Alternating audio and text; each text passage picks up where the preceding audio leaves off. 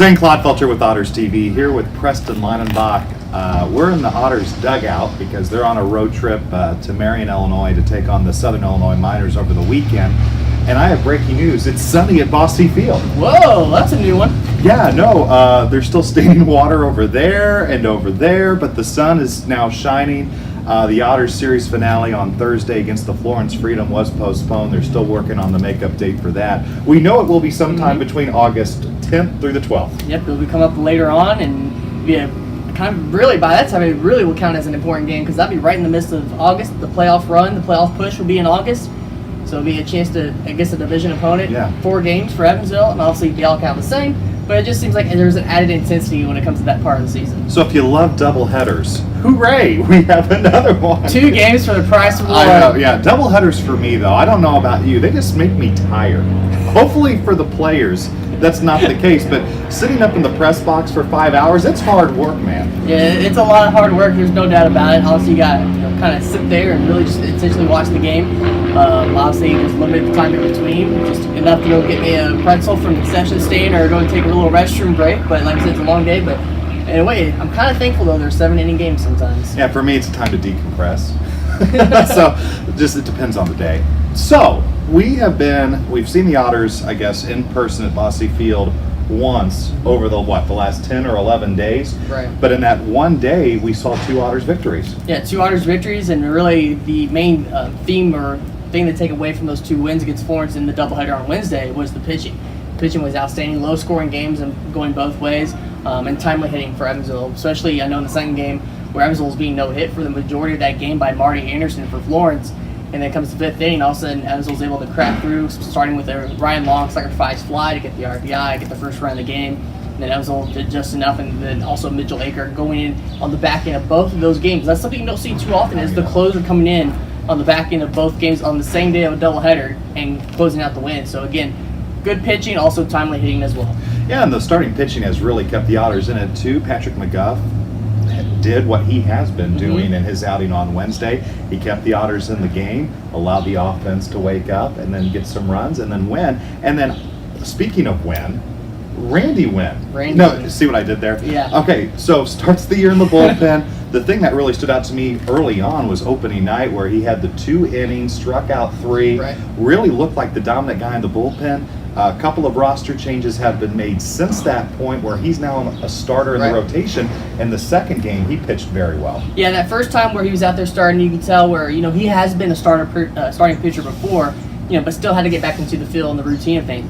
This past week when he got to start, much better, obviously, and very confident. I think could be a lot of confidence can be generated by the coaching staff, not only being able to use him in the starting rotation, and also in the bullpen where he's also pitched well. Kind of going back to last year, the main guy who I think of was Jason Broussard last year, the lefty for Evansville last year. He was a bullpen guy, had to make a few spot starts, but Randy Wynn is a very solid pitcher and a good find that's obviously working out not only in terms of the relief pitching, but also in the starting pitching, and continues to get better. And it'll be interesting to see how he continues to improve upon his game. Sean Adler, I also thought, on Wednesday pitched very well, went multiple innings and really did his job. Yeah, we've seen him a couple times this season where he's coming in situational baseball, where maybe he only has to face one batter, gets the out, and then he does his job.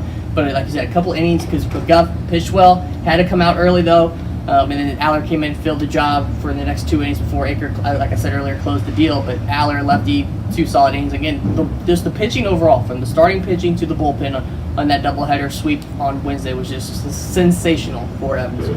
Yeah, and the key for the Otters is, I know it's way, way, way too early to start looking at the standings, but right now, entering the Friday weekend series, the Otters are 1 game back at first. But the interesting thing is, if you look at the entire league as a whole, both divisions, top to bottom, all within a handful of games. Yeah, very tight races so far, and for Evansville, again, this past week, they were able to kind of jump up a little bit. A lot of rainouts really across the league this past week. Obviously, the Midwest is being hit hard with a lot of rain this week. But also, where you saw some of the teams who made it off to a hot start maybe the first week of the season, maybe coming back down to earth a little bit, which also allowed the Otters to propel themselves forward in the standings as well. I am a little surprised, and I'm not trying to criticize here, but the Otters are in Southern Illinois this weekend. Their game on Thursday was also postponed, but they have field turf. So how does that work? I have no idea, but I just know that we had the fallout of the tropical storm, And there was a lot of rain that, like I said, went through and kind of just circulated over the Midwest. I know, but the tropical storm got so much hype. Got so much hype.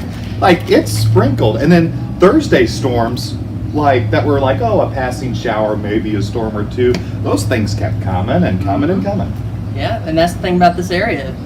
Even though you may look to the west, there's nothing on the radar, but when you get around this river valley with the Wabash and the Ohio Valley, the Missouri Valley as well, they just seem to fire up, pop up out of nowhere, especially this time of the year. It's severe weather season. We always just got to be on the lookout for rain and obviously thunderstorms. Real quick before we wrap this thing up, speaking of the offense, I did find a little bit interesting. Early part of the year, Manny Cruz was batting towards the bottom of the lineup. And then we saw him batting, second in the Wednesday doubleheader. Yeah, he's now been batting second down in a few games for the Otters this past week, and obviously with Zach Wells having to make a short stint to the DL for the Otters this week, it provides Manny Cruz an opportunity to really show himself that he is a top-of-the-order guy. Obviously, you just have to make the lineup for the coaching staff, from the coaching staff's perspective, based on what you know and what you can do, what you have in front of you in terms of the numbers, and obviously the eye test is a big key. But this is an opportunity for him again to move up in the order, back up Ryan Long, who's been a sensational in the leadoff spot, drawing a lot of walks this year, and obviously just set up the middle of that lineup with Toby Thomas, French League Player of the Week a week ago, and also Jeff Gardner, obviously the experienced player batting cleanup. So again, a good opportunity for him. Not only now has he shown his defense, but he has a chance to really show what he can do at the plate to set up the rest of that lineup. And you like to feel out players and their capabilities, their tendencies, and all that stuff in spring training, but that's more of a challenge because you're dealing with twice as many guys. There are guys maybe that you're 50-50 on that are competing for spots, so sometimes you have to plug them in, and it doesn't give you as much of an opportunity to really gauge the players that you're going to keep on the roster. So probably the first, within this time frame, at least for the next couple of weeks, I'm sure manager Andy McCauley will probably be slotting guys into different spots here, seeing what clicks. That way, by the time August rolls around, the Otters could potentially have a winner. Right, and that's exactly it. And you mentioned Manny Cruz, but also another guy that came to mind for me on Wednesday was Pedro Barrios. Oh, yes. Toby Thomas had exit the game on Wednesday. Barrios stepped in, and he got his first hit of the season in a big fashion. Again, timely hitting. And that's just being ready for when your number's called upon by the coaching staff to step into the game, whether you expect it or not. He stepped up, came up with a big hit, and obviously now has an opportunity to continue his success now that he gets a little rhythm getting into gameplay. That's one of the great things about the roster. Evansville has a lot of guys that they've been there before, they've done it before. Doesn't matter the level. Right. They may not be here in Evansville, but Yeah. they have been experienced players elsewhere. So the Otters are in Southern Illinois this weekend, and then Tuesday, Wednesday, Thursday, back to a normal situation. 6:35 first pitches across the board. A $2 Tuesday, a Deaconess strikeout stroke night, and then we didn't get a chance to have a Thirsty Thursday this week, so I hope you sober up and save room for next Thursday, right? Yep, next Thursday, special price drafts, and hopefully a good crowd with Gateway, which always has been a good series when the Grizzlies come to town to take on the Otters. Gateway was one of those teams that got off to a good start. They kind of come back down to earth a little bit, but they're still been a tough team this year.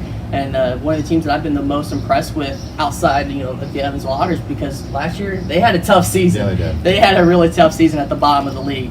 And this year they got off to such a good start and hoping to build on their success as well.